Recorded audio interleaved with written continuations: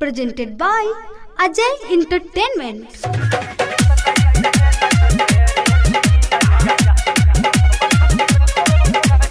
Mixed by Santosh Darbangia.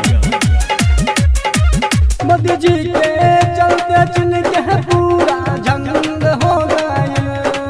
Modi ji के चलते चुन के पूरा जंग हो गए। हाँ हाँ जंग हो गए। तो कैसे नच दे रे रनिया टिकटॉक बंद हो गए।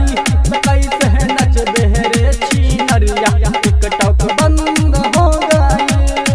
मोदी जी के चलते चुन के पूरा जंग हो गए।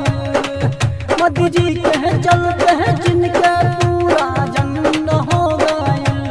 हाँ हाँ जंग हो गए।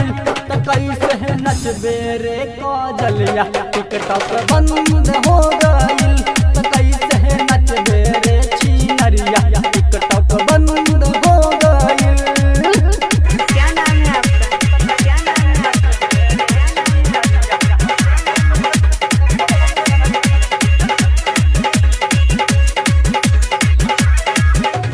चंदन दिलाती चंदन दिलाती चंदन दिलाती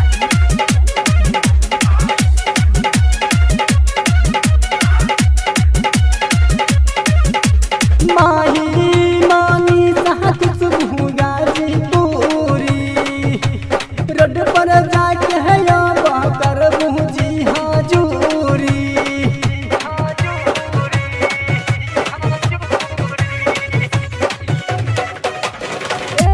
कृष्णा का मानाया बजगानाया पनमूरी लाइकी दिगो पर तोहरा काटत रहे तीरी।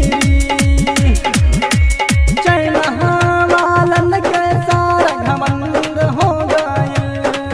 चैना वालन के सारा घमंड हो गए।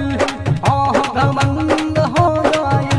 तो कैसे नचले रे छीनरिया टिकटॉक बंद हो गए।